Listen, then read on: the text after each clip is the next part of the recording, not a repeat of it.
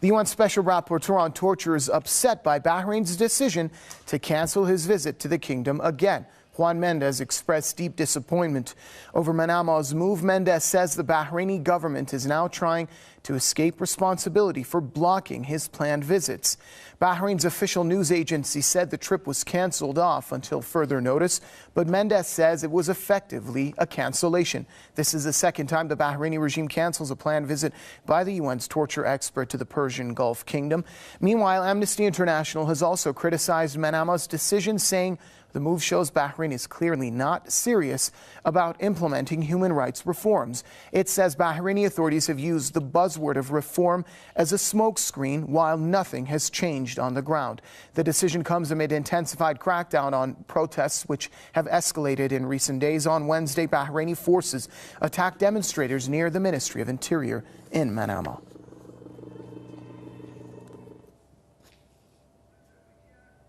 For more on that story, we're now joined by Mr. Saeed Shahabi from the Bahrain Freedom Movement, who's joining us from London. Mr. Shahabi, welcome to the program. What explanation does Manama have for cancelling such a high-profile visit, not once, but twice? And how does this portray the Al Khalifa's claims of the situation on the ground in Bahrain? Thank you very much. It is clear that the regime has a lot to hide. They have crimes on their hands. They have blood of the martyrs, blood of the victims of torture to hide from the international community. So they do not want anybody to see their crimes. Of course, if Juan Mendez goes to Bahrain, he will issue a verdict of guilty, a guilty verdict, serious, and we are talking about serious guilt, serious crime against humanity. Torture has been proven to have been committed by the regime as a systematic tool, not by independent observers, but even by those who had been appointed by the regime itself, like Sharif Bassiouni. He said himself that torture was systematic in Bahrain. Now, when we have an independent observer like the Special Rapporteur on Torture, his verdict would be more damning than that of Mr. Bassiouni. So this is why the regime of the Al Khalifa have decided that it is much better for them and safer not to let the Special Rapporteur to come to Bahrain than letting him and then dealing with his damning verdict after he has witnessed what had happened. Mr. Shahabi, when will the Al Khalifa's actions trigger some kind of a response from Western countries such as the US and Britain, who have remained quite muted with regards to the Bahraini uprising? First of all, I am baffled by the UK, USA stance supporting this dictatorial regime.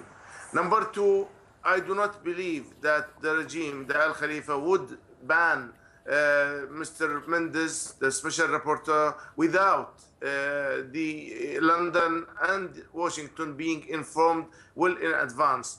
Number three, the Al Khalifa feel, and they have lived under a policy of impunity, which means that it cannot be asked or questioned or made to pay for its abuses of human rights, especially that it is receiving a good and strong commitment from both London and Washington that it would be supported politically on the international scene. It will be protected from the Human Rights Council.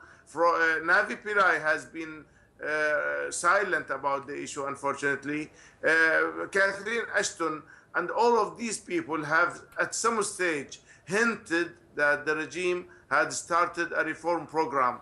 Now that the most damning of all crimes, torture, is being hidden from the public eye, from the world, I think it is time for these people to come out clean and say enough is enough. You, the Al Khalifa, have committed enough crimes, and you must keep quiet and you must allow international inspection of what's going on inside not only jails, but even in the streets and in the houses.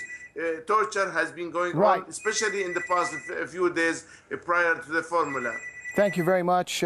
From the Bahrain Freedom Movement, that was Mr. Saeed Shahabi. Sir, thank you very much for contributing to the program.